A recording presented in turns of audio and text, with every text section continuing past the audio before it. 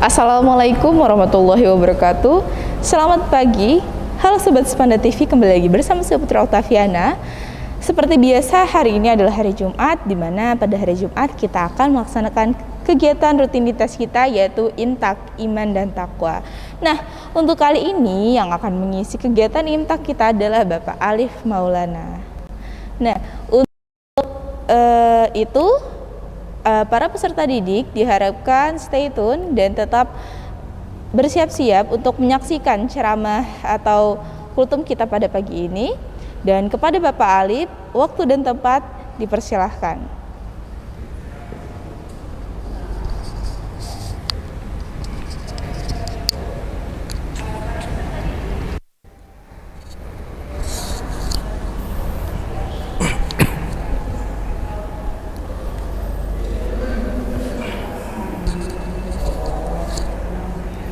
Bismillahirrahmanirrahim. Assalamualaikum warahmatullahi wabarakatuh. Alhamdulillah, salatu wassalamu ala rasulillah wa ala alihi wa sahbihi wa ala alihi wa sahbihi ajma'in ma ba'd. Anak-anakku semua, Nabi SAW berpesan kepada sahabat mulia Mu'az bin Jabal yang hendak pergi ke Yaman. Mu'az diperintahkan oleh Nabi SAW untuk menjadi pemimpin di sana, untuk mengatur, mengurusi masalah umat, urusan masyarakat Yaman. Artinya Yaman merupakan tempat yang baru bagi Mu'az.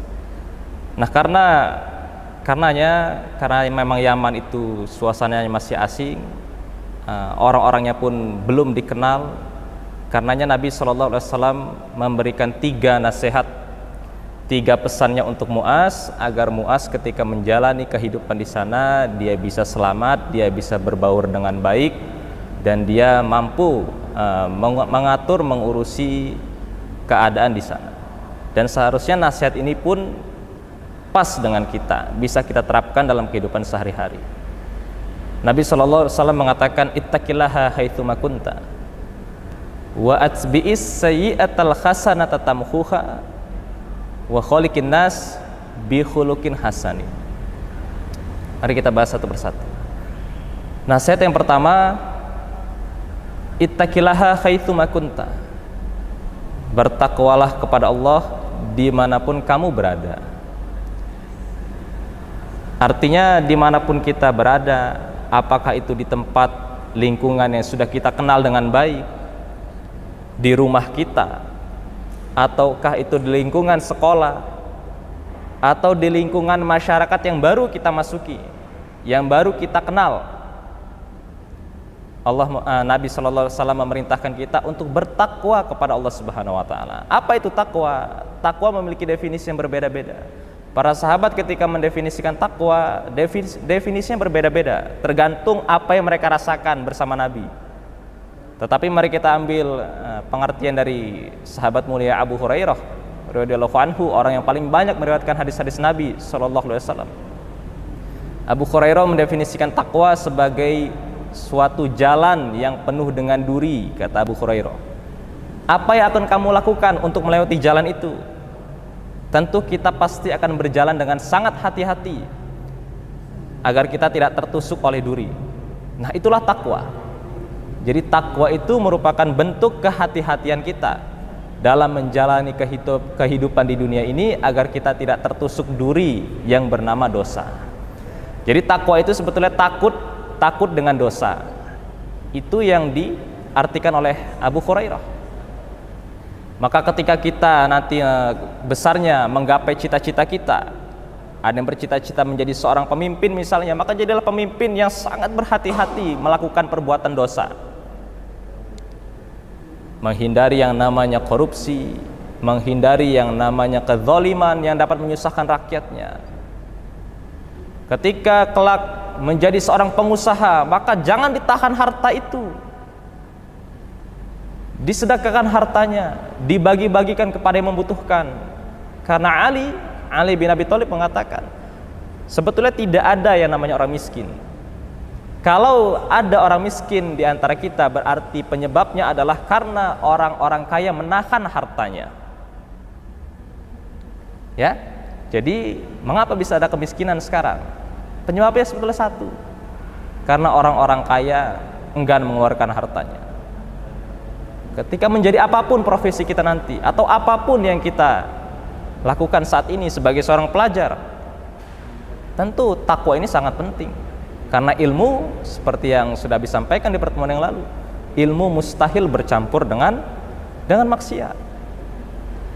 Jadi sebagai seorang pelajar, kita diminta bertakwa. Bagaimana caranya? Kita lakukan proses pembelajaran dengan jujur. Apalagi dengan daring ini ya, Bapak Ibu guru tidak tahu apa yang akan kalian lakukan di rumah. Apakah kalian hadir di min itu atau tidak, kita tidak tahu. Tetapi Allah Maha tahu. Karenanya mari kita berhati-hati dalam menjalani kehidupan di dunia ini, agar kita takut, minimal takut deh. Takut kalau kita berbuat dosa. Karena takut itu tanda bahwa masih ada iman di hati kita. Tetapi itu pun yang paling rendah derajatnya. Nasihat yang kedua, ittaqillaha haitsu ma kunta wa atbi'is sayyi'atal hasanata tamhuha. Dan iringilah perbuatan buruk itu dengan perbuatan yang baik.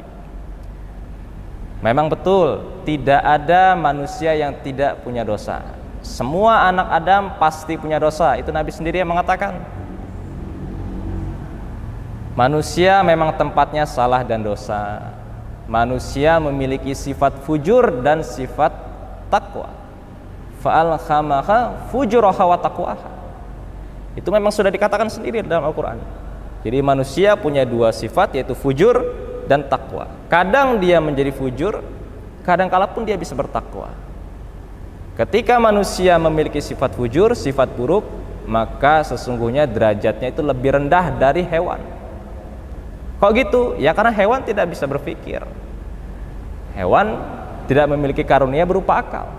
Maka kalau kita berbuat dosa, berbuat salah, berbuat maksiat, sesungguhnya kita lebih rendah dari hewan. Tetapi sebaliknya, ketika kita mampu berbuat kebaikan, menjadi seorang yang bertakwa, kita lebih tinggi dari malaikat. Karena malaikat juga sama sebetulnya, mereka tidak punya akal. Jadi malaikat begitu diperintahkan oleh Allah Subhanahu wa taala untuk berbuat baik, mereka akan tanpa pikir panjang untuk melakukan itu. Sementara kita memiliki yang namanya nafsu. Kita bisa berbuat salah dan kita bisa berbuat baik. Tetapi sebaik-baik manusia yang ketika dia berbuat salah, dia langsung bertaubat mohon ampunan kepada Allah Subhanahu wa taala. Karenanya anak-anakku semua, orang-orang soleh zaman dahulu, orang-orang soleh zaman Nabi, sahabat, tabi'ut tabi'in, ketika mereka berbuat salah, ini coba dipraktikkan ya. Ketika mereka berbuat salah, walaupun yang sepele sekalipun, mereka langsung menulis kesalahan itu di dinding-dinding rumah mereka, di pintu-pintu rumah mereka. Mereka catat, mereka tulis. Kenapa begitu? Karena itu tempat yang mudah dilihat. Jadi ketika mereka pulang ke rumah, masuk ke rumah, mereka lihat, oh ini daftar dosa saya, daftar kesalahan saya. Dan ketika mereka sudah melakukan perbuatan baik, untuk menghapus kesalahan itu, mereka coret kesalahannya, hilang satu. Sahabat mulia yang sudah kita kenal semua, itu Umar bin Khattab. Umar mengatakan, hasibu anfusakum qabla an tuhasabu. Hisaplah dirimu sebelum Allah yang menghisapnya. Karenanya yuk, selain kita hitung-hitungan pahala, kita pun ayo hitung-hitungan kesalahan, hitung-hitungan dosa. Berapa banyak sih kesalahan yang sudah saya perbuat, dan berapa banyak kebaikan yang sudah saya perbuat. Kita timbang sendiri dulu sebelum Allah nanti yang menimbang kita di hari akhir. Yang terakhir, wa khuluqin nasa bi khuluqin hasanin. Dan bergaullah, berbuatlah kepada manusia dengan perbuatan yang baik. Ini merupakan ibadah muamalah, perbuatan kepada orang-orang di sekitar kita. Jadi ibadah itu selain hablum minallah, juga ada hablum minannas. Hablum minallah, ibadah yang langsung kepada Allah Subhanahu wa taala, salat, puasa, zikir dan lain sebagainya. Tetapi hablum minannas, kita pun diperintahkan untuk berbuat baik kepada sesama manusia. Kita diperintahkan untuk berbuat baik kepada sesama ciptaan Allah Subhanahu wa taala tanpa membeda-bedakan. Karena kita tidak pernah tahu pertolongan Allah itu datangnya dari siapa. Bisa jadi teman kita yang kita zolimi kemarin justru hari ini dia baik dengan kita. Kita tidak pernah tahu itu. Bahkan Nabi sekalipun terhadap orang-orang kafir, beliau tidak pernah berbuat jahat kan, kecuali kalau memang mereka sudah sangat tinggi kesalahannya, sudah mendustakan agama, maka baru Nabi bertindak seperti itu. Karena dengan orang-orang di sekitar kita, dengan teman-teman kita yang mungkin baru kita kenal melalui daring, belum kita pahami secara langsung karakternya, kepada guru-guru kita apalagi maupun orang tua yang ada di rumah, kita pun diperintahkan untuk berbuat baik. Karena khususnya untuk guru, yang membuat kita bisa dalam belajar, yang membuat kita mampu memahami ilmu yang diberikan, itu bukan hanya karena kita belajar, bukan karena hanya usaha yang kita lakukan, tetapi itu pun berkat doa dari guru-guru kita. Karena anak-anakku semua, nasihat ini bertakwa kepada Allah, kemudian mengiringi perbuatan yang salah dengan perbuatan yang baik, dan berbuat baik kepada sesama manusia, kepada teman-teman yang ada di lingkungan kita. Tolong dipraktikkan dengan baik, dan mudah-mudahan sebagaimana yang Nabi katakan di awal, insya Allah jika 3 nasihat ini kita praktikkan, kita akan selamat dalam menjalani kehidupan di dunia ini. Wallahu ta'ala alam. Assalamualaikum warahmatullahi wabarakatuh.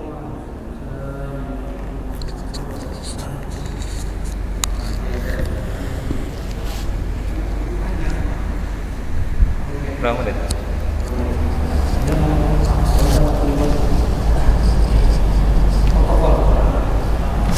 Nah, itu tadi kultum kita bersama dengan Bapak Alif Maulana SPD, di mana sudah disampaikan bahwa kita harus bertakwa kepada Allah Subhanahu wa taala, dan selanjutnya kita juga harus berbuat baik kepada sesama, karena perbuatan yang kita lakukan itu pasti akan kembali juga kepada kita.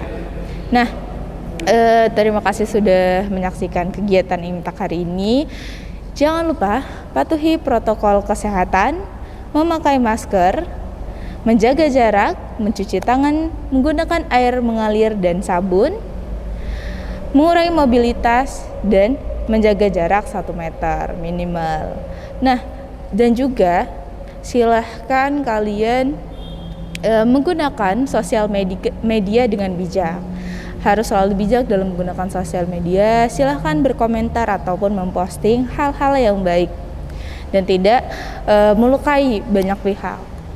Oke, itu tadi kegiatan Imtak kita pada hari ini bersama Bapak Alif Maulana. Apabila ada salah kata, kami mohon maaf. Kami dari tim Spanda TV di SMP Negeri 2 Bandar Lampung pamit undur diri. Wabillahi taufiq wal hidayah. Wassalamualaikum warahmatullahi wabarakatuh.